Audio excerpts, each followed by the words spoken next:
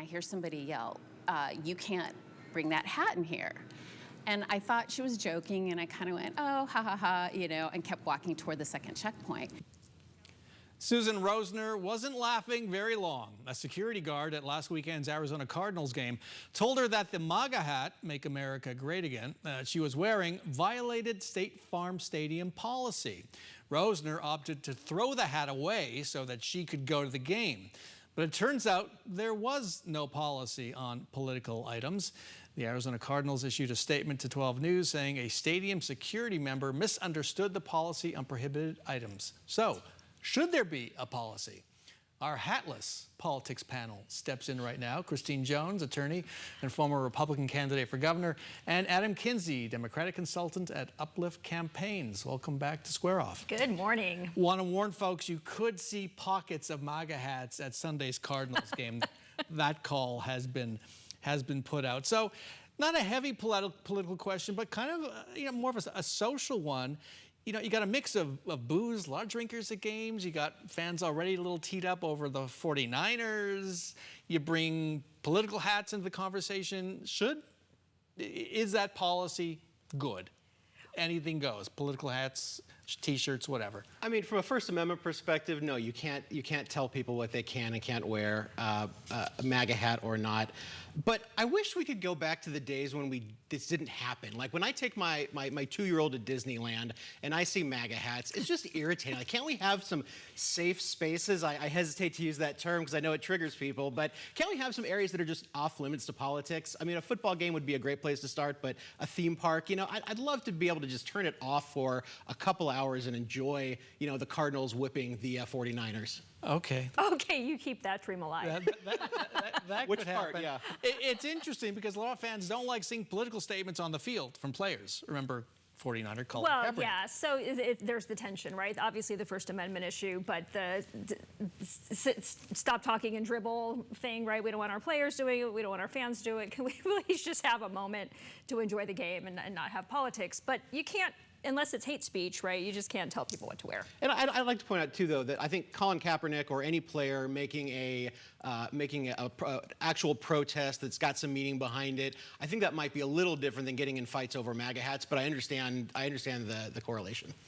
All right, next up, the Arizona Republic's Jason Wolf reported that student athletes at Arizona Christian University have been arrested for human smuggling and released without criminal charges. One said he was recruited on Snapchat to drive migrants from border towns to Metro Phoenix for $1,000 a head. It's sensational in that it happened. These students are from Arizona Christian University. In fairness, this isn't new. This kind of thing, recruiting young people on social media to be these smugglers, has been going on for a few years now. Why no prosecutions? Well, I have no idea, and I haven't talked to the relevant county attorneys about that, but I do think it's really dangerous for young people to say yes to these recruiting efforts.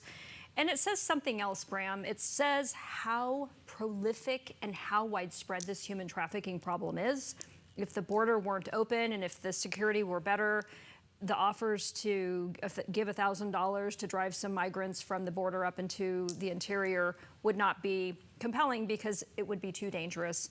And I think the young people who, by the way, these are 18 and 19-year-old young men. They don't have judgment. They haven't had a fully formed frontal cortex yet.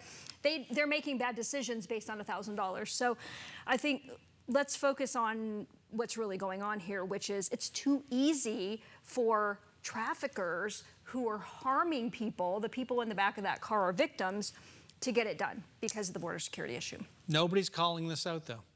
I mean, it seems like they certainly committed a crime. This is smuggling. This is human trafficking. This is a crime. I don't know why it's not being prosecuted, but I think it is a symptom of the larger illness, which is our broken immigration system and our border security that we are in desperate need of fixing. And we had the opportunity to pass the largest, most stringent bipartisan border security policy that we've seen in over 20 years. And President Trump said he wanted the politics, he wanted the issue, not the solution. And so he sidelined it, and he found people like Juan Ciscomani who were eager to go ahead and come out opposed to it. So I think this is one of the many things that you're going to see because we have a broken immigration system and because we don't have border security right now. And I wish both sides are at fault here, and I wish they would come together on something like the bipartisan border security deal, which may not have prevented this particular issue, but needs to pass so we can prevent future issues like this. All right, need to get to the Senate race, decision 24, the money race in the Senate race. Carrie Lake, her outside donors have been canceling TV ads in recent weeks. An ad tracker reports that Democrat Ruben Gallego's campaign will benefit from about $43 million in reserved ad time in the final weeks of the campaign. Carrie Lake, just $13 million. What's going on there? Well, if you can't raise money, you can't spend money, I think is what's going on there. And the average of polls suggests that maybe Gallego has a, relatively a greater chance of winning. The other thing is that the messages from the two campaigns show Ruben Gallego to be this wonderful, suddenly moderate guy who's voted 100% of the time with Biden and Harris, and Lake to be a lunatic. And I know, having been on the receiving end of those ads, they're usually not true. So no money and bad messaging makes for a bad political equation. 30 seconds. Is that the most important poll, the money? No, I think the most important thing is the positions that Carrie Lake still espouses. She has an extreme position on abortion. She has an extreme position on things like Social Security and Medicare, where it's going to cost seniors more money and take away their benefits. She's going to raise prescription drug prices by opposing common sense policies. That's why she can't raise money, because she can't connect with voters, then she can't connect with donors. So that's why she's failing. I hope this doesn't affect her 2026 gubernatorial reelection, though. Supreme Court hasn't ruled on whether she's governor, so that's still out there too. Okay, easy, guys. Got to end it there. Adam Kinsey, Christine Jones, thanks so much for joining us. Thanks, Bram. That's our show for this week. Thanks very much to all of our guests. Thank you so much for joining us.